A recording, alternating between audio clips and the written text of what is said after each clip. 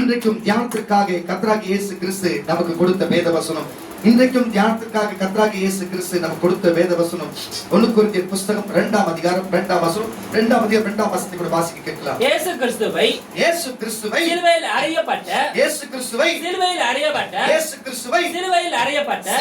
அறையப்பட்ட அவரையே அன்றி வேறொன்றையும் உங்களுக்குள்ளே அறியாதிருக்க தீர்மானித்திருந்தேன்.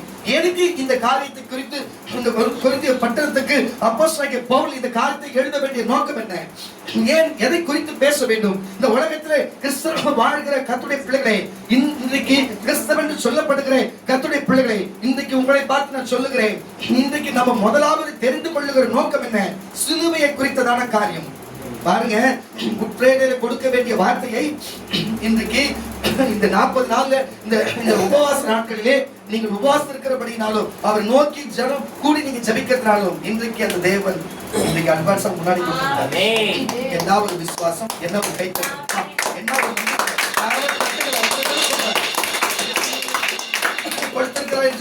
நான் நம்புகிறேன். ஹல்லேலூயா. பாருங்க, வேற எதையும் நான் உங்களுக்கு தெரியப்படுத்தவும் ஞாபகப்படுத்தவும் சொல்லிக் கொடுக்கும் எனக்கு மனதில்லாதபடினாலே சிலுவையை குறித்த காரியத்தை குறித்து சொல்லுகிறேன். இன்றைக்கு உலகம் முழுவதுமாக கிறிஸ்தவத்துடைய அடையாளம் என்னவென்று பார்த்தா சிலுவை என்று பொருளாக இருக்கிறது. சரிதான், சிலுவை என்பதை குறித்து நம்ம கொஞ்சம் புரிஞ்சுக்கொண்டா நல்லா இருக்கும். சிலுவை என்று வேத புஸ்தகம் பழைய ஏற்பாட்டிலே சொல்லப்பட்டது, மரத்திலே தூக்கப்பட்ட எவனோ சபிக்கப்பட்டவனா. பாருங்க, மரத்திலே தூக்கப்பட்ட தீர்க்கதரிசன புஸ்தகத்தில் சொல்லப்படுகிறபடியே மரத்திலே தூக்கப்பட்ட எவனும் சபிக்கப்பட்டவனா இருக்கிறான். ஆனா சபிக்கப்பட்டவனும் திருடனும் கள்ளனும் கொலைபாதகனும் தேவதூஷணம் சொல்லுகிறவனும் தொங்க வேண்டிய ஒரு பாரமான சிலுவையிலே இயேசு சுமந்தார். அதை சுமக்க வைத்தார்கள். இயேசு அதை சுமந்து தீர்த்தார்கள்.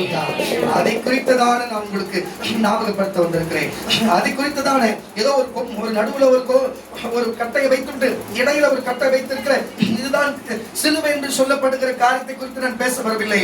அது ஒரு சாப சின்னமாக இருக்கிறது. அது பாவம் பண்ண கொடுக்க வேண்டிய சின்னமாக இருக்கிறது. ஆனா அதில் ஒரு தொங்கி தீர்த்தார் பாருங்க. அவரை குறித்து பேச வந்திருக்கிறேன். அவரை குறித்து நான் பேச வந்திருக்கிறேன். எல்லாரும் அநேகர் பாத்தீங்கன்னா சிலுவையை கழுத்தில் அணைக்கிறதும், அநேகர் காதில் அணைக்கிறதும், அநேகர் பாருங்க பச்சை குத்திக்கிறதும் இப்படிப்பட்ட காரியத்தை செய்து வருகிறார்கள். பாருங்க, ஏன் இதை உங்களுக்கு சொல்லுகிறேன் என்று சொன்ன கர்த்தருடைய பிள்ளைகளை, சிலுவையை குறித்து, சிலுவை என்பதே துக்கப்பட்ட எவ்வளவு சபிக்கப்பட்ட அந்த சாபமான சிலுவையை சுமந்தாலே அதுவே அது சாபமான சிலுவையாக இருக்கிறது. அது இயேசு உனக்காக எனக்காக தீர்த்தாரு. நீ மறுபடியும் அது கழுத்துல போட்டு சுமக்கிற, அது மறுபடியும் காதல போட்டு சுமக்கிற, பச்சை குத்தின் சுமக்கிற, இந்த மாதிரியான காரியங்கள், இந்த மாதிரியான தேவைகளா இது நமக்கு அவசியமா? வேதத்தின்படி அது சாபமானது. அப்ப ஒவ்வொரு மனுஷனும் தேவதூஷணம் சொல்லுகிறவனும் கள்ளனும் திருடனும் பாருங்க, ராஜ்யத்துக்கு விரோதமாய் செய்கிறவனும் அரசாங்கத்துக்கு விரோதமாய் பண்ணுகிறவனுக்கும் இப்படிப்பட்ட ஆட்களுக்கு தான் அந்த சிலுவை மரணம் தண்டனையாக கொடுக்கப்பட்டிருக்கிறதா? அப்போ இப்படிப்பட்ட கொடுக்கப்பட்டிருக்கிறன்னு சொன்னா இயேசு என்ன பாவம் செய்தார்? இயேசு என்ன தவறு செய்தார்? ஏன் இயேசுவுக்கு இப்படிப்பட்ட காரியத்தை நடக்க வேண்டும்? எதற்காக இயேசுவுக்கு இப்படிப்பட்டது நடந்திருக்க வேண்டும்? நீங்க நினைக்கிறது போல உங்களுக்கு உணர்வுகள் தோணுகிறது போல அப்படி அல்ல. அந்த சிலுவை சுமார் 150 கிலோ எடை உள்ளதா இருக்கிறதா? நல்ல 150 கிலோ இருக்கிறதா? அது கால் அடிக்கப்பட்ட ஆணி கிட்டத்தட்ட ஒரு அடி நீளம் உள்ள 12 அங்குலம் உள்ள ஆணியா இருக்கிறதா? கையில் அடிக்கப்பட்டது 6 அங்குலம் உள்ள ஆணியாக இருக்கிறதா? 300க்கும் மேற்பட்ட பெரிய காயங்கள் பட்டு இருக்கிறதா சரீரத்திலே? இப்படிப்பட்ட காயங்களை பட்டு இருக்கிறார். 39 சவுக்கடிகளை சரீரத்தில் பட்டு இருக்கிறார். அல்லேலூயா. எல்லாருக்குமே சிலுவையை அறிவது ஆணி அடிக்காமல் கரங்களை கயிறினாலே கட்டுவார்கள். ஆனா இவருக்கு ஆணியை அறைந்தார்கள். ஏன்? அல்லேலூயா. எதற்காக? நீ உன்னுடைய எப்படா எவனோ ஒரு தவறு செய்தா, எப்படா அவனை பழி வாங்கலாம், எப்படா அவனை சிறைக்கு தள்ளலாம், எப்படா சூனியம் வைக்கலாம், எப்படா அவனை அழிக்கலாம் என்று இந்த சிந்தனை உள்ளுக்குள்ள வருது. இந்த மூளை வேலை செய்து பாரு. இந்த மூளை வேலை செய்யறதுனால உன் மூளையின் நிமித்தம் உன்னுடைய 5 புலங்களும் பயன்பட்டு மற்றவனை கொள்ளும்படி, மற்றவனுக்கு ஏதாவது தீங்கு செய்ய பழி வாங்குறவர்.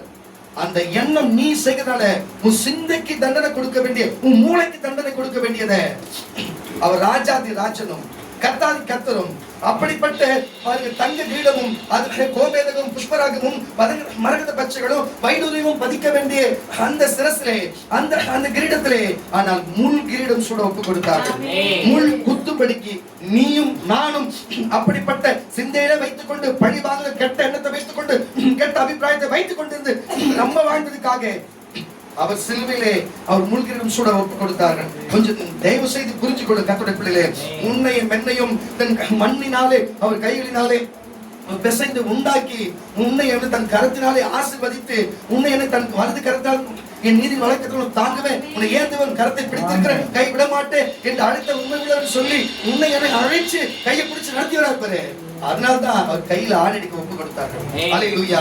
ஆனா நீ அந்த கையை வச்சுக்கின்னு எத்தனை திருட்டு வேலை, எத்தனை பொருள், எத்தனை பேர் அடிக்கிறது, எத்தனை தீங்கான காரியம், இந்த கையினால எத்தனை தவறு செஞ்சிருப்பியா இல்லையா? உன் மனசை தொட்டு சொல்லு, நீ அமைதியா கேளு, நீ செஞ்சிருப்பீங்களா இல்லையா?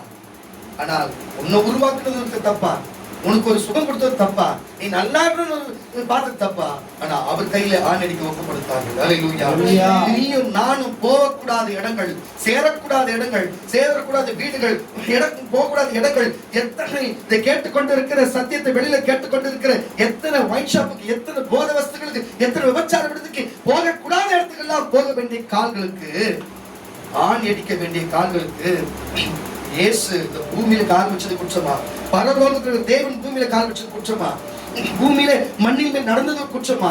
நடந்து கலிலேயாவுக்கும் இங்க சமரியாவுக்கும் இங்க இருக்கிற பெத்லகேமுக்கும் இங்க சுற்றி திரிந்து மற்றவர்களுக்கு சுவிசேஷம் சொன்னது ஒரு குற்றமா? தேடி தேடி போய் ஒருவருக்கு அற்புதம் செய்து குற்றமா? அவர் பார்த்து ஆணைக்கு ஒப்பு கொடுத்தார்கள்.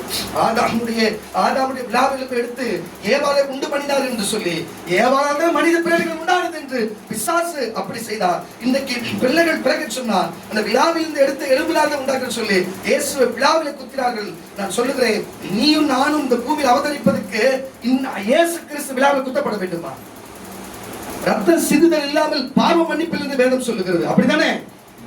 ஒண்ணு ஆடு மாடு அதுக்கு புறா குஞ்சுகளை பலி கொடுக்க வேண்டியும், ஆனா ரத்த சிந்துதல் எல்லாம் பாவ மன்னிப்பு இல்லை. ஆனா நீயும் நானும் கண்டிப்பா சிந்த வேண்டும். ஆமாவா இல்லையா?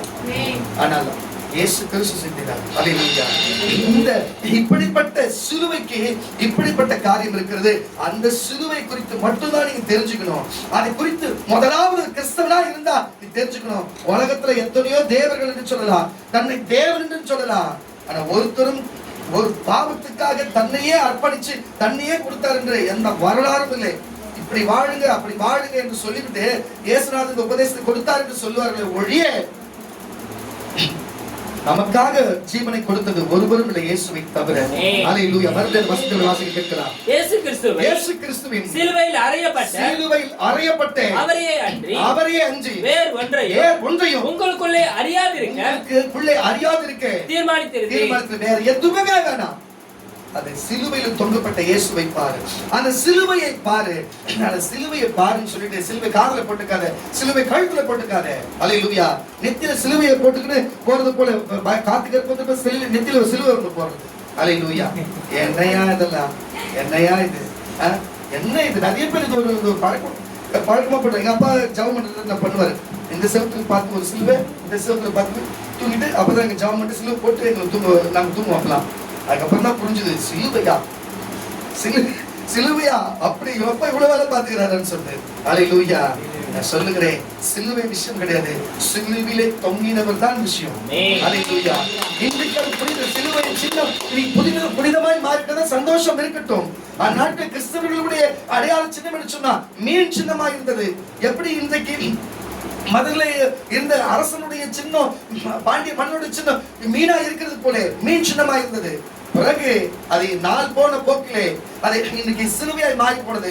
பரவாயில்ல, இருந்துட்டு போகட்டும். ஆனா சிலுவையை போய் தொட்டு கும்பிடுறது, சிலுவையை போய் வணங்குறது இன்றைக்கும் பல இடத்துல செய்து வருகிறார். சிலுவை சுரூபத்தை போட்டுவிட்டு சிலுவையிலே ஒருவர் தொங்கினது போல இருக்கும், அதை போய் நாங்கள் வணங்குகிறதும் சிலுவையை வணங்குகிறதும் வேணாம் வேணாம். அது தொங்கினது போல இயேசு அப்படி கிடையாது. அதை விட கோரமாக அவர் ரூபங்கள் மாறப்பட்டிருந்தார்.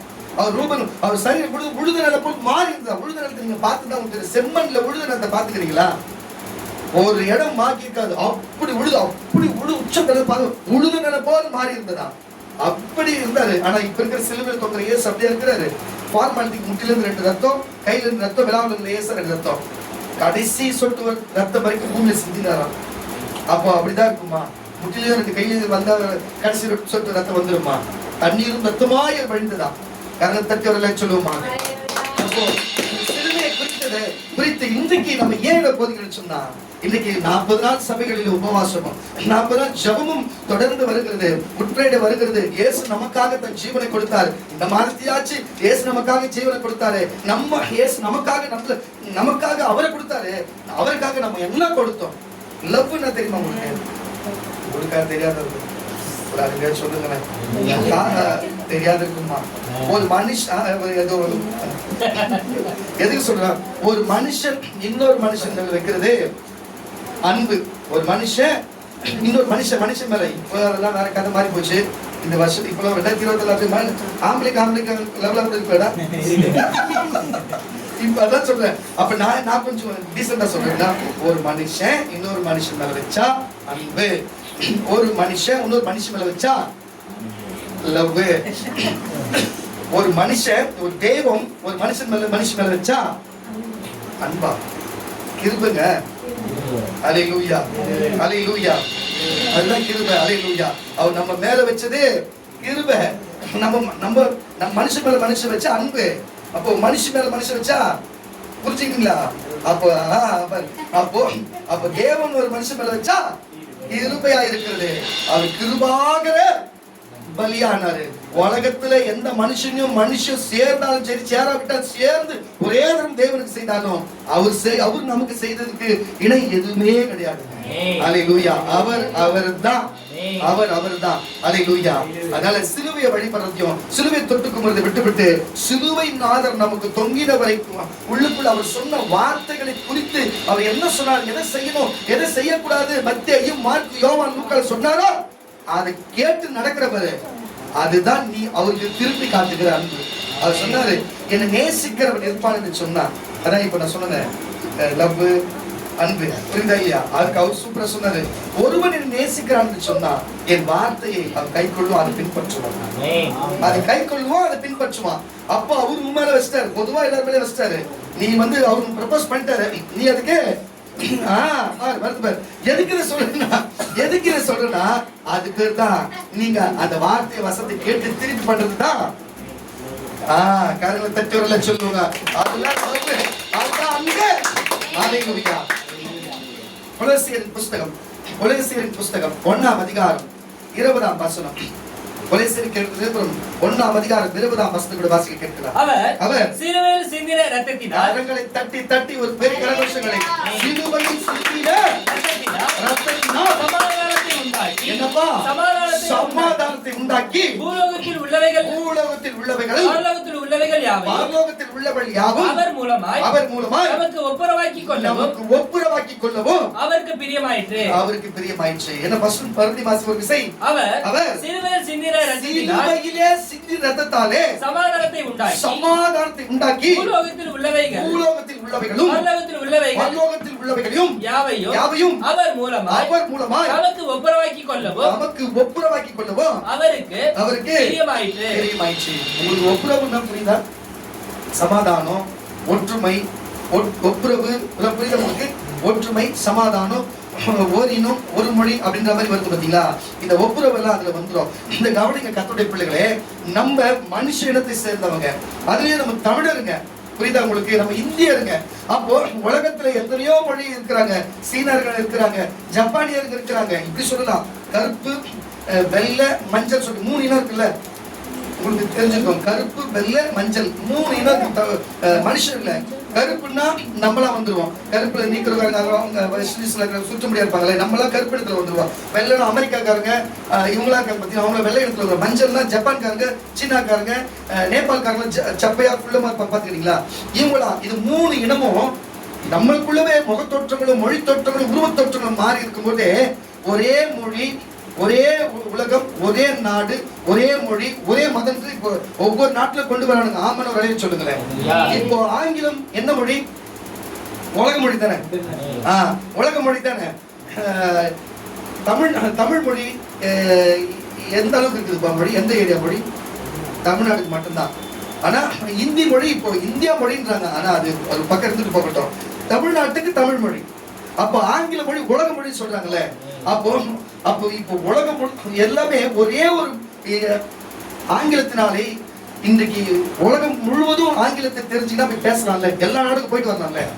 அப்போ அவன் எந்த நிறத்துல இருந்தாலும், என்ன உருவத்துல இருந்தாலும், எந்த காரியம் இருந்தாலும் ஒரே ஒரு ஆங்கிலம் கற்றுக்கொண்டா அவங்க நாட்டுக்கு நம்ம போயிட்டு வரலாம். இயல்பதை நம்ம பேசுகிற மொழி நமக்கு புரியும். அதுபோல அவங்க வேற்றுக்கிழங்க வாசிங்க, அவங்க பரலோக வாசிங்க. நம்மளை போல அவங்களுக்கு வேற காரியம், அங்க பலிவிடாவிகள், 7 குத்து விளக்கு, ஆவி, அங்க ஜீவன், அங்க பலிவிட ஆவிகளை மட்டுமல்லாம பரிசுத்தவான்களும் அங்கு அநேக 33 கோடி தேவதூதர்களும் அங்க முழுமையா உலாவிக் கொண்டு இருக்கிறாங்க. அங்க இருக்கிற திருப்பவப்புமோ இங்க இருக்கிற சீதோஷங்களையும் பொதுவாக மாறி இருக்கும். ஆமாவா இல்லையா? அப்போ இதுக்கும் எப்படி இருக்கிறது? யூதர்களுக்கும் புறச்சாதியாக நமக்கு எவ்வளவு வித்தியாசம் தெரியுமா? புறச்சாதிக்கும் யூதர்களுக்கும் கலப்பே கிடையாது. ஆனால் தேவனாகிய இயேசு கிறிஸ்து பூமியில வந்து அவர் ரத்த சிந்தி பாருங்க, சொந்த ஜனத்தையும் புறச்சாதி மக்களையும் ஒன்னா இணைத்தது மட்டுமல்லாம இந்த 2 இனத்தையும் மனிதர்களை ஒன்னாக்கி இந்த ஒன்ன கொண்டு போய் வானத்துக்கு உள்ள இருக்கிற பிதாவுடைய கூட்டத்துக்குள்ளே பரலோகத்துக்குள்ளே சேர்க்கும்படிக்கு நமக்கு ஒப்புரவாகும்படிக்கு அவருடைய ரத்தத்தை சிந்தினாரா. அல்லேலூயா. நீ நாடா பெத்த அப்பா அம்மா கூட ஒப்புரவ மாட்டேன், நீ நாடா புருஷன்காரன் ஒப்புரவ மாட்டேன், நீ நாடா நண்பர்கிட்ட ஒப்புரவ மாட்டேன், நீ நாடா வேலை செய்யற கூட இருக்க நண்பர்கிட்ட ஒப்புரவ மாட்டேன். உனக்கு போய் ஏசுநாதர் பரலோகத்திலிருந்து இறங்கி வந்தது இல்லாத புறச்சாதிக்கும் அந்நிய மக்களுக்கும் அதுல இல்லாத சுதாரித்த மக்களுக்கும் தேவ புத்திரர்களுக்கும் ஒரு உறவு உண்டு பண்ணி இந்த 2 பேரும் சேர்ந்து வானத்தில் இருக்கிற ஒரு பரலோகத்துக்கு போய் சேரும்படி ஒப்புரவாக தன் சரீரத்தில் இருக்கிற ரத்தத்தை சிந்தினாரு. ஆனா கிறிஸ்தவன்ற போர்வையில் இருக்கிற கிறிஸ்துவுக்கு நான் மகன் என்று சொல்லப்படுகிற உன் குடும்பத்துல நீ பிரச்சனைனா பேச மாட்டேன், ஒரு உதவினா செய்ய மாட்டேன், நீ வந்து ஒப்புரவ மாட்ட. பக்கத்து வீட்டுல அவங்க வேற மதத்துக்காரங்கப்பா, அவங்க வேற ஒரு மொழிக்காரங்கப்பா, நீ ஒப்புரவ மாட்ட. எல்லா மொழியும் தேவன் உண்டாக்கின மொழிதான். எல்லா மொழி பேசுற மனுஷனும் தேவனால் படைக்கப்பட்டவன்தான். எல்லாருக்கும் இயேசுதான் தெய்வம். புரியுதா இல்லையா? அந்த ஊருக்காரன் இந்த ஊருக்காரன் எந்த ஊருக்காரனா இருக்கட்டும், எல்லாருக்கும் இயேசுநாதர் தெய்வம். தயவு செய்து சொல்லுகிறேன், கிறிஸ்து உனக்காக சிலுவையில ரத்தம் சிந்தி உண்மை சொன்னா, அந்த சிலுவை சுமந்து உண்மை சொன்னா, அந்த தேவனுக்காக ரத்தம் சிந்தி உண்மை சொன்னா, அவனுக்கு ஒப்புரவாக்க தன் ரத்தத்தை சிந்தி சொன்னா, நீயும் இன்றிலிருந்து உன் குடும்பத்தோடு ஒப்புரவாகு, உன் உறவோடு ஒப்புரவாகு, உன் சபையோடு ஒப்புரவாகு, நீ தேவனோடு ஒப்புரவாகு. தேவனை விட்டு பின்வாங்கி போகாத. இன்றைக்கு ஐயோ கொஞ்ச நாள் போட்டோம், அதுக்கப்புறம் இயேசுவை ஏற்றுக்கொள்ளுகிறேன், இப்பவே ஒப்புரவாயிட்டு உனக்காக உன் ரத்தம் சிந்திருக்கிறார். நீ ரத்தம் சிந்தின்னு உன்னை கேட்கல, இயேசுவின் தேவன் ஒப்புரவாயிட்டு கரங்க தட்டி வரல சொல்லுவோமா? கரங்க தட்டி நம்ம காத்து சிலுவையிலே இந்த ரத்தம் தான் நமக்கு ஒப்புரவாக்கும்படிக்கு செய்யப்பட்டது. நம்ம நம்புவோம் சொன்னா நம்மளும் ஒப்புரவாக வேண்டும். கர்த்தருடைய பிள்ளைகளே, அல்லேலூயா. தேவன் இதை எதிர்பார்க்கிறாரு, தேவன் இதை எதிர்பார்க்கிறாரு. வாசிக்க கேட்கலாம் 1 பேதுருவின் புஸ்தகம் 2ஆம் அதிகாரம் 24ஆம் வசனம். 1 பேதுருவின் புஸ்தகம் 2ஆம் அதிகாரம் 24ஆம் வசனம். சீக்கிரம் முடிச்சலாம், ஒன்றும் பிரச்சனை. நம் பாவங்களுக்கு செத்து காரங்களை தட்டி ஒரு அலையில சொல்லுமா, நம்மளுடைய பாவங்களுக்கு செத்து நீதிக்கு நம்ம பிழைத்திருக்கும்படி அவர் தாமே நம்முடைய சரீரத்திலே நம்முடைய பாவங்களை சிலுவையின் மேல் சுமந்தார். என்னப்பா சிலுவையின் மேல் சுமந்தார்? என்னப்பா சிலுவையின் மேல் சுமந்தார்? சொல்லிட்டா, நீயும் நானும் பாவம் செய்கிற ஆத்துமா சாகும். அப்போ நீ பாவம் செய்கிற எவனுக்குமே கட்டாயம் தண்டனை இருக்கிற. தேவதூஷன் சொன்னா, நான் சொன்னேன், தேவதூஷன் சொன்னா பாருங்க, அரசாங்கத்துக்கு விரோதமா பேசினா, ஒரு கொலை பண்ணா, திருடினா இன்றைக்கு சிறைச்சாலை தள்ளுகிறாங்களா இல்லையா? அது போல அந்த நாட்களில் சிலுவையில் அறைகிற தண்டனை ஒன்று இருந்தது. ஆனால் இயேசு என்ன தவறு செய்தார்? வேத புஸ்தகம் சொல்லுகிறது என்ன செய்தார்? இந்த ஆலயத்தை எடுத்து போடுங்கள், இதை 3 கட்டி எழுப்புன்னு சொன்னார். அவர் தானே சொன்னாரு. நீ அந்த ராஜா கொடுத்து சாலமன் ராஜா கட்டின அந்த தேவாலயத்தை நீ இடிக்கிறேன்னு சொல்லி நீ இவ்வளோ 40 வருஷமா கட்டின ஆலயத்தை நீ இடித்து போடுறியா? நீ தேவதூஷன் சொல்றேன் கற்பனை சொல்லிச்சாங்க இல்லையா? அவர் சொன்னது அந்த ஆலயத்தோட கதையில அதுக்கு முன்னாடியே சொல்லிட்டாரு, இந்த ஆலயத்தின் ஒரு கல்லின் மேல் ஒரு கல் இல்லாதபடி போகுன்னாரு. அதே போல கான்ஸ்டன்டைன் டைட்டஸ் வந்தா அங்க இருக்க ஒரு கல்லின் மேல் ஒரு கல் இல்லாதபடிக்கு அந்த தேவரை இடிச்சு நொறுக்கி போட்டு போனானா இல்லையா? சொன்னபடியே இயேசு பரமேறிக்கு 30 ஆண்டுகள் பிறகு நடந்தது. நான் சொல்லுகிறேன், எதுக்கு இதை சொல்லுகிறேன்னு சொன்னா, அதே போல இயேசு தன்னை சொன்னார், உன்னை சொன்னா அப்போ நம்மளே ஆலயமா இருக்கிறோம். ஆமென். அல்லேலூயா. அப்போ அவரை சொல்றாரு, என்ன இடிச்சு போடுங்கன்னா, என்ன கொலை பண்ணி கூட போடுங்களேன். ஒரு மனுஷன் செத்துட்டானா திருப்பி வரப்போறது இல்ல. நீங்க இடிச்சு கூட கொலை பண்ணி கூட போடுங்க, நான் 3ஆம் நாள் உயிர் எழுந்து வருவேன், ஏன்னா நான் தான் தெய்வம் என்பதற்கு அவர் அடையாளமா சொன்னபடியே அவர் பொன்னார்கள் 3ஆம் நாள் உயிர் எழுந்து வந்தார். அல்லேலூயா. இன்றைக்கு அவரை நம்புகிறவர்களுக்கு பாவ மன்னிப்பு, பரலோகராஜ்யம், நித்திய ஜீவனை கொடுக்கிறது மட்டுமல்லாமல், அல்லேலூயா, நித்திய ஜீவனை கொடுக்கிறது மட்டுமல்லாமல் புதிய வானம் புதிய பூமி மறுபடியும் மனுஷ அவதாரத்தில் பிறக்க வைக்க வல்லவராயிருக்கிறார். ஆனா அவர் சொல்லுகிற வார்த்தையை கேட்டார், அவர் சொன்னபடியே நடந்தார். உன் பாவத்தை தீர்ப்பார், உன் பாவத்தை மன்னிப்பார். அல்லேலூயா. அவர் சொன்னதை கேட்டா இது எல்லாத்தையும் செய்ய வல்லவராய் இருக்கிறாரு. வாசிக்க கேட்கலாம். நம் பாவங்களுக்கு செத்து நீதிக்கு பிழைத்திருக்கும்படி அவர் தாமே தமது சரீரத்திலே நம்முடைய பாவங்களை சிலுவையின் மேல் சுமந்தார். அவருடைய தழும்புகளால் குணமானீர்கள். கரங்களை தட்டி அவருடைய தழும்புகளால் குணமானீர்கள். சிதறுண்ட ஆடுகளைப் போல இருந்தீர்கள். இதுக்கு முன்னாடி சிதறுண்ட ஆடுகளைப் போல இருந்தீங்க. இப்பொழுதோ உங்கள் ஆத்துமாக்களுக்கு மேய்ப்பரும், இந்த சபையில ஒரு மேய்ப்பரும் கண்காணிமானிடத்திலே திருப்பப்பட்டிருக்கிறீர்கள். நீங்கள் திருப்பப்பட்டிருக்கிறீர்கள். இன்றைக்கு வந்த நீங்கள் திருப்பப்பட்டிருக்கிறீர்கள். உங்க மனதுக்குள்ளே ஏதாகிலும் வேற சிந்தனைகள் ஓடும் என்று சொன்னா இன்றோடு அதை விட்டுவிட்டு இயேசு பக்கம் திருப்பப்பட்டு அவர்களுக்காக யாருமே செஞ்ச உன் பெத்த தகப்பனும் தாயும் செய்திருப்பானு எனக்கு தெரியல, இனிமேலும் செய்வான்னு தெரியல, இயேசு செய்திருக்கிறார். வாழ்க்கையில எனக்கு இயேசுவே பிடிக்கவே பிடிக்காது. என்னடா திடீர்னு சொல்லுங்க, எனக்கு எங்க தாத்தா ஒரு ஜோசியர் போல என் குடும்பத்துல எல்லாமே பம்படிக்கிறவங்க இந்த மாதிரி முழுக்க ஒரு மாட்டு சமூகத்துடைய ஆராதனை செய்கிறவர்களாக தான் இருந்தாங்க. இன்றைக்கும் அதை செய்கிற கோயில் வச்சிருக்கிறாங்க. இன்னைக்கும் ஊர்ல பார்த்தீங்கன்னா எல்லாமான்னு சொல்லி ஒரு கோயில் வச்சிருக்கிறாங்க. இன்னமும் அது எங்களுடைய குலதெய்வ கோயில் என்று சொல்லி இன்னமும் அதை பராமரிச்சு வராங்க. 150 ஆண்டுகளுக்கு முன்னாடி கட்டின கோயில்.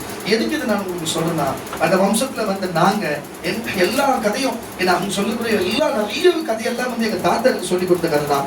எல்லா கதையும் ராமாயணத்துல இருந்து மகாபாரத்துல இருந்து எல்லா கதையும் எங்க தாத்தா சொல்லி கொடுப்பாரு. ஆனா இயேசு பிடிக்க பிடிக்காது. அல்லேலூயா.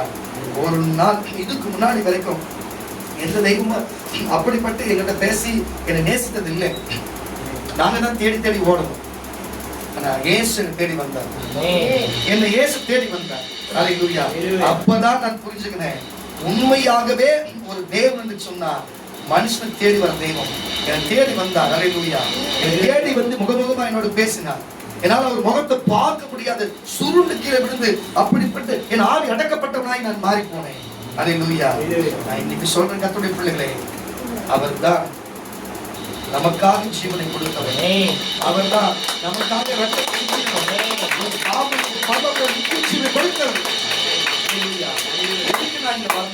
எனக்கு சொந்தமா வீடு வாசலும் வருமானம் எல்லாத்தையும் கற்றுக் கொடுத்தது எல்லாமே எனக்கு போதுமான அளவுக்கு எனக்கு இருக்குது. நான் எதுக்கு இங்க வந்து இந்த வார்த்தையில சொல்லணும், எதுக்கு இதெல்லாம் நான் பேசணும், இதுல எதனா எனக்கு வருமானம் வந்துருமா? அப்படி இல்லைங்க. நான் பெற்ற இன்பம் பெருக வயல்ன்ற மாதிரி நான் தெரிஞ்சுக்கினது நீங்களும் தெரிஞ்சுக்கணும். என்ன காப்பாத்துனது உங்களையும் காப்பாற்றணும். நான் உணர்ந்தது நீங்களும் உணரணும். அந்த சிலுவை காதுல போறவன், அந்த சிலுவை கழுத்துல போறவன் நான் தான். புரியுதுங்களா? சிலுவை கையில மணி கட்டி கையில போடுவேன், சிலுவை கழுத்துல போடுவேன், சிலுவை காதுல போடுவேன். என்னன்னா இயேசுவை பிடிக்காது, அது சிலுவை ஸ்டைலா இருக்கும். அப்பெல்லாம் சிலுவை போட்டுட்டா ஒரு ரவி சுமாரி ஒரு பெரிய ஒரு கெத்தா இருக்கும். புரியுதா இல்லை உங்களுக்கு? ஆனா அதுக்கப்புறம் தான் புரிஞ்சது. இப்ப கூட என்னோட பழைய போட்டோல பாத்தீங்கன்னா என்னோட கழுத்துல சிலுவை தொங்கி இருக்கும். என்னைக்கு இயேசுவை ஏற்றுக்கொண்டோம் அவர் தோட்ட சிலுவை நமக்கு எதுக்கு இதை சொன்ன கர்த்தருடைய பிள்ளைகளை சிலுவை பாருங்க. அன்றைக்கு பழைய ஏற்பாட்டு காலத்திலே பாருங்க, ஒரு சர்ப்பங்கள் தீண்டப்பட்டு சர்ப்பத்தினால கட்டிப்பட்டு செத்தார்னு சொல்லி கொள்ளிவாய் சர்ப்பத்தை ஒரு கொம்பிலே ஏற்றப்பட்டு ஒரு மரத்தில் ஏற்றப்பட்டு அதை முகத்தை பார்க்கிறவன் எல்லாம் அந்த விஷம் எல்லாம் நீங்கி அவன் பிழைப்பான் என்று மோசையின் காலகட்டத்தில் இருந்தது. ஒரு கொள்ளிவாய் சர்ப்பத்தை பார்த்து ஒரு மனுஷன் பிழைப்பான் என்று சொன்னா, இன்றைக்கு சிலுவையிலே தொங்கப்பட்ட இயேசுவை பார்த்தா வம்சமே பிழைக்கும். இயேசுவை பார்த்தேன். இன்றைக்கு கர்த்தர் என் வறுமையை மாற்றி, என் கஷ்டத்தை மாற்றி, என் துன்பத்தை மாற்றி, துயரத்தை மாற்றி, இன்னைக்கு கர்த்தர் உலகம் கொடுக்க கூடாத சமாதானத்தையும் நிம்மதியும் பணத்தையும் பொருளையும் இன்னைக்கு என்ன ராஜாவா ஒரு அப்ப ஊழியத்திலும் ராஜாவா எல்லாத்திலும் கர்த்தர் ராஜாவா கர்த்தர் வைத்திருக்கிறார். அல்லேலூயா. எனக்கு மட்டும் தான் வைப்பாரா? இதை கேட்டுக்கொண்டு இருக்கிற உங்களுக்கு வைக்க மாட்டாரா? பட்சபாதம் இல்லாத தேவன் எல்லாருக்குமே இறங்கி நன்மை செய்கிற தேவனாய் இருக்கிறார். கரங்கள் தட்டி ஒரு லட்சம். ஏன்னா சிநேகிதனுக்கு தன் ஜீவனை கொடுப்பான். கருத்துனப்பா. ஒரு பொண்ணு இப்பதான் எதுக்கு இதை சொல்லுவாங்கன்னா, ஒரு பையனை வந்து இன்னொரு பையன் நேசிச்சா அன்பு, ஒரு பொண்ணு நேசிச்சா அது லவ். அப்ப தேவன் நம்மளுக்கு நேசிச்சா மனுஷன் வந்து தேவன் நேசிச்சா பக்தி. புரிஞ்சுச்சுங்களா? இப்படித்தானே சொல்றோம். தேவனை ஒரு மனுஷன் நினைச்சா பக்தி, அவர் நம்ம நினைச்சா கிருபை. புரிஞ்சுச்சு உங்களுக்கு? பாயிண்ட் புரியுதா? ஆனா சிநேகிதனுக்கு தன் சிநேகிதன் தன் ஜீவனை கொடுப்பானா? உண்மைதாங்க, உண்மைதான். எத்தனையோ பேர் வெட்டுப்பட்டு ஒருத்தர் குத்திருப்பான், அவன் ரவுடி பசனா இருப்பான். ஆனா அவன் ஃப்ரெண்ட ஒருத்தர் குத்திட்டான்ட்டு அவன் போய் இன்னொருத்தர் குத்துவான். இல்லைன்னா ஜெயில், எப்படி பாத்தீங்கன்னா ஆயுள் தண்டனைக்கு போயிடுவான். இல்லைன்னா அவனை அடுத்த வருஷம் யாரை விட்டுருவான். கரெக்டா இல்லையா? ஒரு சிநேகிதனுக்காக, தன் நேசிக்கிற சிநேகிதனுக்காக தன் ஜீவனையே கொடுக்கிற ஒரு நண்பன். புரியுதா இல்லையா? ஒரு காதலி மறிச்சு போயிட்டாலோ, காதலி விட்டுட்டு போயிட்டாலோ, அந்த காதல் என்ன பண்ணுவான்? தற்கொலை பண்ணிக்கிறான். எதனாலும் தாடி வச்சு ஏதோ ஒரு மென்டல் மாதிரி சுத்துறான். அன்பு. புரியுதா இல்லையா உங்களுக்கு? அல்லேலூயா. ஆனால் உலகம் இது வரைக்கும் கொடுக்காத ஒரு அன்பை தேவன் நம்ம மேல கொடுத்ததுனால சரீரத்திலும் கொடுக்கப்பட்டு தன் வாழ்க்கையிலுமே அவர் ராஜாதி ராஜா, கர்த்தாதி கர்த்தா, வானமும் பூமி அவருடையது, பொன்னும் வெள்ளி அவருடைய, வானம் எனக்கு சிங்காசனம், பூமி எனக்கு பாதப்படி என்று சொன்ன உலகத்திற்கு எல்லா முழங்காலும் முடங்குகிற ஒரே நாமம் அவர் இந்த பூமியிலே மனுஷனை போல, மனுஷனப்படி 100 மடங்கும், தெய்வத்தின்படி 100 மடங்கும் முழு மனுஷனை போல வாழ்ந்தார். அதனால மனுஷகுமார சொல்றாங்க. எதனால மேல என் மேல வச்சு கிருபையின் நிமித்தம், அந்த அன்பின் நிமித்தம் பாருங்க, தன் தகுதியை குறைச்சுன்னு வந்தார். 1, 2வது சரீரத்துல காயப்பட்டார், 2வது 3வது தன் ஜீவனே கொடுத்தாரு. ஆனா காதலிக்கு காதல் வீடு கட்டுவானா? கட்டுவான் தானே? கேட்டுங்க. இல்லையா? இளையப்பட்டவை பாருங்க பாருங்க, மும்தாஜுக்காக இவரு பாருங்க தாஜ்மஹால் கட்டின ஷாஜகான் பாத்தீங்களா இல்லையா? ஆனா நீங்க ஷாஜகானோட முகத்து போட்டோ அப்புறம் பாத்துக்கிறீங்களா? வாமிட்டே வந்துரும். அதுதான் சொல்றேன். அது நான் கேட்டேன், இவன் இப்படி இருக்கிறாங்க, இவங்கள போய் குளோபல்டா கொடுக்குறாங்கன்னு. அப்ப என் ஃப்ரெண்டா யாரும் சொன்னேன், அப்பா அப்படி பார்க்க கூடாதுப்பா, நீங்க ஷாஜகான் உடம்புல போய் ஷாஜகான் கண்ணுல இருந்து பார்த்தாதான் மும்தாஜோட அழகு தெரியும்.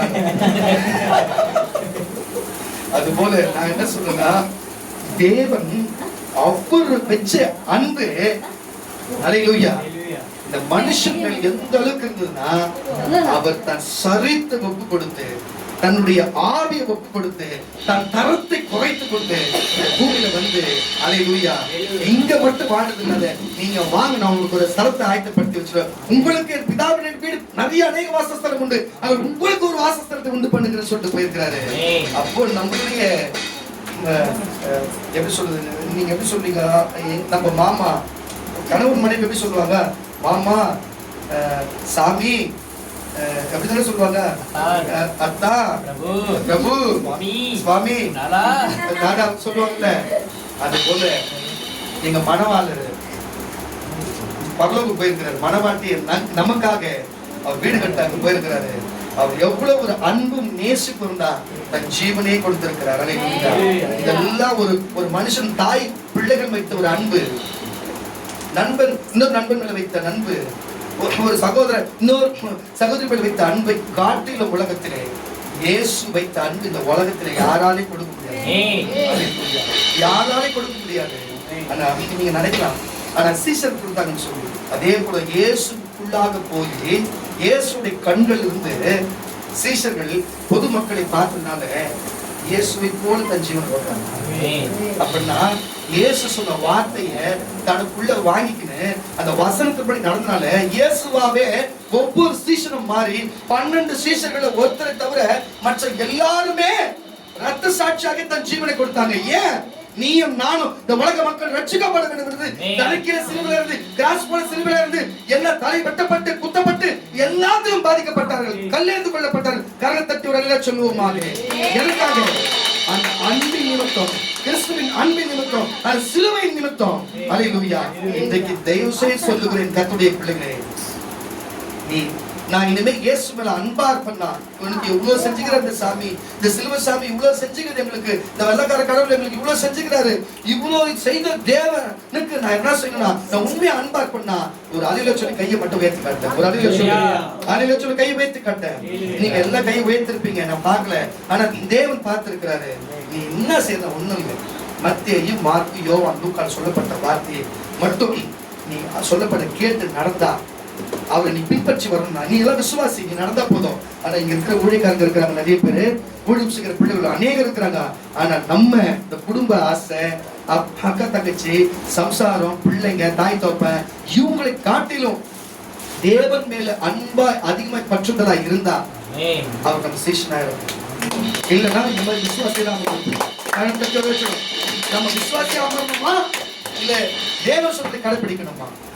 தேவன் சொல்லத்தை நம்ம கடைபிடிக்கணும். வாசிக்கிற லூக்கான சுவிசேஷ புஸ்தகம் 14ஆம் அதிகாரம், லூக்கான சுவிசேஷ புஸ்தகம் 14ஆம் அதிகாரம் 27ஆம் வசனம். லூக்கான சுவிசேஷ புஸ்தகம் 14ஆம் அதிகாரம் 27ஆம் வசனம் தொடர்ந்து முடிச்சலாம். அப்படி ஜெபம் முடிச்சலாம். தன் சிலுவையை சுமந்து கொண்டு, என்ன வசனம் கரெக்டா வாசி. தன் சிலுவையை சுமந்து கொண்டு, தன் சிலுவையை சுமந்து கொண்டு எனக்கு பின் செல்லாதவன் எனக்கு சீஷனாய் இருக்க மாட்டான். புரிஞ்சுச்சா? அப்போ இயேசு மட்டும்தான் சிலுவை சுமந்தாரு, நம்முடைய சீஷர்கள் மட்டும்தான் சிலுவையில ரத்த சாட்சியம் மறைச்சாங்க மட்டுமல்ல, உட்கார்ந்துருக்கிற நமக்கு சிலுவை. அவன் மனைவி அவனுக்கு சிலுவைதான். இப்ப அப்படியே சொல்றது, அவன் கவர்னவன் மனைவிக்கு சிலுவைதான். வீட்டாளி நமக்கு சத்துருதான். புரியுதா இல்லையா உங்களுக்கு? சில நேரத்துல பண பிரச்சனை வரும், அதுவே நமக்கு சிலுவைதான். சில வறுமைகள் வரும், சிலுவைதான். நம்ம அற்புதம் செஞ்சிருப்போம், நம்மளால நம்ம குடும்பம் நல்லா இருக்கும், ஆனா இல்லவே இல்ல பக்கத்து சர்ச்சுக்கு தான் ஜெபம் பண்ணணும், வைத்தியசலா இருக்காதா, அதுவும் நமக்கு சிலுவைதான். இது போல ஒரு ஊழியக்காரனுக்கு சொன்னதை சொல்லவில்லை என்று சொல்லியும் எத்தனையோ காரியங்கள் வரும். பிரச்சனை வரும், நேசிக்கிறவன் வருவான், துன்பப்படுத்துறோம், துயரப்பட்டு எல்லாரும் வருவான், எனக்கு கூட இருக்கிறவனே இருப்பான், சொந்தக்காரனே இருப்பான், குடும்பத்துக்குள்ளவே இருப்பான். ஆமானவர் சொல்லுங்களேன், இது எல்லாமே சிலுவை தான். எல்லாருமே சிலுவைதான். அதனால இயேசு மட்டும் சிலுவை சுமந்துட்டு போல, நம்மளும் சுமந்துட்டு தான் போனோமா. அதான் இயேசு சொல்றாரு. அப்போ அவருக்கு சீஷனா ஒருத்தர் இருப்பான்னு சொன்னா, அவன் தன் சிலுவை எடுத்துக்கிட்டாரு. அதான் உன் குடும்பம் மாதிரி என் குடும்பம் இருக்காது, என் குடும்பம் மாதிரி உங்க குடும்பம் இருக்காது. ஒவ்வொரு குடும்பம் அவனவன் தன் அவனுக்கு ஏற்ற சிலுவை இருக்கும். இயேசுக்கு 150 கிலோல சிலுவை இருக்குன்னு சொன்னா, அவங்களுக்கு 10 கிலோ 5 கிலோ கண்டிப்பா இருந்துட்டே இருக்கும். புரிஞ்சுங்க கர்த்தருடைய பிள்ளைகளே.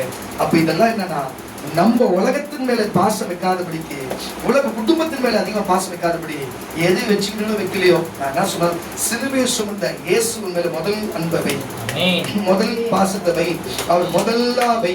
அவரே குரு, அவரே மாதா பிதா குரு தெய்வத்தை வை. அவர்தான் உனக்கு ஆசா, அவர்தான் உனக்கு வழிகாட்டி, அவரே உனக்கு ரட்சகர், அவரே தெய்வம், தேவாதி தேவன். முதல் அவரை வச்சுட்டு மற்றது எதுவுனா வச்சுக்கோ. அப்பதான் அவருக்கு நம்ம சீஷனா இருப்போம். நம்ம உலகத்தை பார்த்துட்டு அவரை பார்த்தோம்னா நம்ம விசுவாசியா தான் இருப்போம். இங்க யாருன்னா அப்படி பார்க்காதபடிக்கு அவர் வேணும்னா இந்த வசனத்தை பின்பற்றுங்க. இல்ல நாங்க ரட்சிக்கப்படணும்னா ஏற்கனவே சொன்ன வசனத்தை பின்பற்றுங்க. மறுபடியும் பசங்க வாசிக்க கேட்கலாம், இல்ல முன்னாடி 2 வசனத்தை வாசிக்க. யாதொருவன் என்னிடத்தில் வந்து தன் தகப்பனையும் தாயையும் மனைவியையும், கேட்க கஷ்டமா தான் இருக்கும், கொஞ்சம் புரிஞ்சுக்கணும். மனைவியையும் பிள்ளைகளையும் சகோதரிகளையும் தன் ஜீவனையும் தன்னுடைய உயிரையும் வெறுக்காவிட்டால், அவன் வெறுக்காவிட்டால் எனக்கு சீஷனா இருக்க மாட்டான், எனக்கு சீஷனாவே இருக்க மாட்டான். தன் சிலுவையை சுமந்து கொண்டு எனக்கு பின் செல்லாதவன் எனக்கு சீஷனா இருக்க மாட்டான். பசங்கடா வாசி. உங்களில் ஒருவன் ஒரு கோபுரத்தை கட்ட, போதும்பா, எதிரி டைம்ல சரி கடைசி ஒரு வசனம் மட்டும் வாசிச்சு முடிச்சுக்கலாம். ரோமருக்கு எழுதின நிருபங்கள் 6ஆம் அதிகாரம் 6ஆம் வசனம் முடிச்சலாம். ரோமர் 6:6. நாம் இனி எல்லாரும் கேட்போம், நாம் இனி பாவத்துக்கு ஊழியம் செய்யாதபடி, தட்டி வரல சொல்லுவோம், இனி நம்ம பாவத்துக்கு ஊழியம் செய்யாமல் பாவ சரீரம் ஒளிந்து போகும் பொருட்டாக ஒழிந்து போகும் பொருட்டாக நம்முடைய பழைய மனுஷன் அவரோடு கூட சிலுவையில் அறையப்பட்டது என்று நான் ஜெபம் பண்ணும் போது நீங்க இன்னைக்கு இயேசுநாதர் இந்த 40 நாள் இந்த உபவாச நாளிலே உங்க பாவம், உங்க தரித்திரம், உங்க சாபம், உங்க கோபம், அகங்காரம், ஆணவம், பெருமை, கண்கள் நிச்சயம், மாம்சத்தின் நிச்சயம், ஜீவனத்தின் பெருமை, இந்த மாதிரி கண்களால் செஞ்ச பாவம், கால்களால், நாவுகளால், உதடுல என்னென்ன பாவம் செஞ்சு எல்லாமே என்ன பண்ணோம்? இயேசுவோட சிலுவைக்குள்ள போய் அறையப்பட்டு சாகணும். 3ஆம் நாள் உயிர்த்தெழுந்து வந்தது போல நீங்க உயிர்த்தெழுந்து வரணும். மறுபடியும் விட்டத்தில் வாசி. பழைய மனுஷன் அவரோடு கூட சிலுவையில் அறையப்பட்டது என்று அறிந்திருக்கிறோம். மரித்தவர் பாவத்துக்கு நீங்கி விடுதலையாக்கப்பட்டிருக்கிறானே. ஆகையால் கிறிஸ்துவுடனே கூட நாம் மரித்தோமானால் அவருடனே கூட பிழைத்தும் இருப்போம் என்று நம்புகிறோம். மறுபடியும் ஒரு விஷயம் வாசிக்கலாம். நாமினி பாவத்துக்கு ஊழியம் செய்யாமல் பாவ சரீரம் ஒளிந்து போகும் பொருட்டாக நம்முடைய பழைய மனுஷன் அவரோடு கூட சிலுவையில் அறையப்பட்டது என்று அறிந்திருக்கிறோம். மரித்தவர் பாவத்துக்கு நீங்கி விடுதலையாக்கப்பட்டிருக்கிறானே. ஆகையால் கிறிஸ்துவுடனே கூட நாம் மரித்தோமானால் அவருடனே கூட பிழைத்து இருப்போம் என்று நம்புகிறோம். அல்லேலூயா. இன்றைக்கு யாரெல்லாம் கிறிஸ்துவோடு அந்த சிலுவையோடு மரிக்க போகிறீர்கள், பாவத்துக்கும் சாபத்துக்கும், இன்றைக்கு நீங்கள் நீதியின் நிமித்தம், இயேசுவின் நிமித்தம் மறுபடியும் புது மனுஷனாக பிழைக்க போகிறோம். அல்லேலூயா. எல்லாரும் எழுந்து நிற்போமாக. எல்லாரும் எழுந்து நிற்போம். நன்றி. ஸ்தோத்திரத்தோடு